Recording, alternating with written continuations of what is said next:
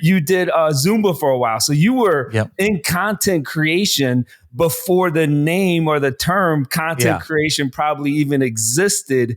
And, I imagine you probably were juggling a number of things. So talk to us a little bit, because I want to talk about content creation. That's what you do right now for Helium 10. You do an amazing job at it. As soon as Manny Gee made you their hire, I mean, I know that Helium 10 was blowing up. I said, oh my goodness, they are going to explode now, because your charisma, your communication skills, I think are at the top in the Amazon space. And just because you attract people to yourself and you're good at what you do, like you have an extreme talent at that. But so the content creation piece, so that started your ability of where you're at now, I think was, I'm sure, just like anything, like you've mastered and you put a ton of hours in with Zumba. And so I have a friend here in Hershey, Pennsylvania, who followed you from your early days in Zumba. Talk about, content creation then. And I know you have some videos that have millions of views.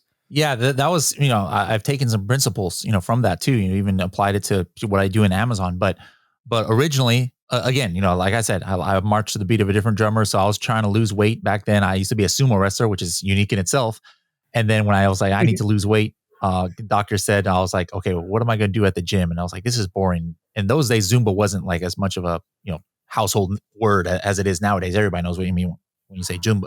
But 10 years ago, it wasn't a thing. And I was like, what is this on the gym schedule? I like went in there. I'm like, wow, they're playing good music. I was like, this is like so much fun. This dance, it doesn't even feel like I'm working out. So I was like, let's do this. And then I had never taken a dance class in my life or anything. I wasn't a dancer. I'm not like 2 left feet. I can hold a rhythm, whatever, but I was never a professional dancer. But then I never went into it thinking I was going to start teaching it.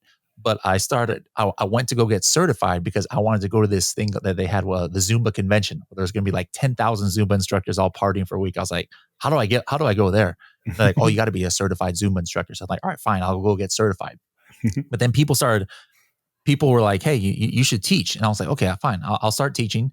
I was like, I wanted to like record some videos just so I can remember my routines, because I don't have a good memory. So I was like, I want to record it, and maybe some of my students, at 24-hour fitness, they might want to do it on their own time.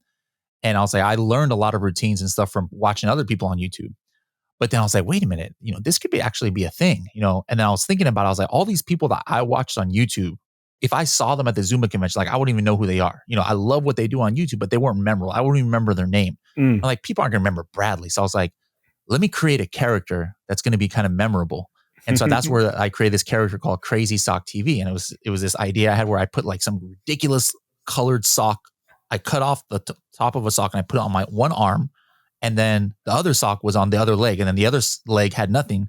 And the other arm had nothing. It's just wild, like this, 6'3", 200 pounder with these rainbow colored socks and crazy colored socks. And then, then sure enough, people remembered that. They didn't remember Bradley, but they're like, whenever they would see me at a Zumba convention, oh, that's the crazy sock guy, or that's the crazy sock guy. That's what my friend said. the crazy sock guy. And then the other kind of like thing was like, like I said, I wasn't a dancer. All the people on YouTube and all the other famous Zumba instructors, they're all like came from dance backgrounds and they were incredible.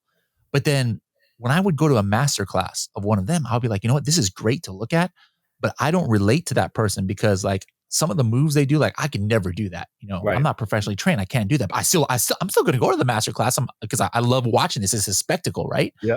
But I was like, I was so popular here locally because every student in there, like I gave this vibe of like Joe anybody, yes. Like this guy is like, I would tell my story. I'm like, this guy, was an ex-sumo wrestler who's never taken dance class. So the vibe that I would give people was like, if this fool can do it, like I can. And that sometimes is more inspiring than seeing somebody who's just like amazing.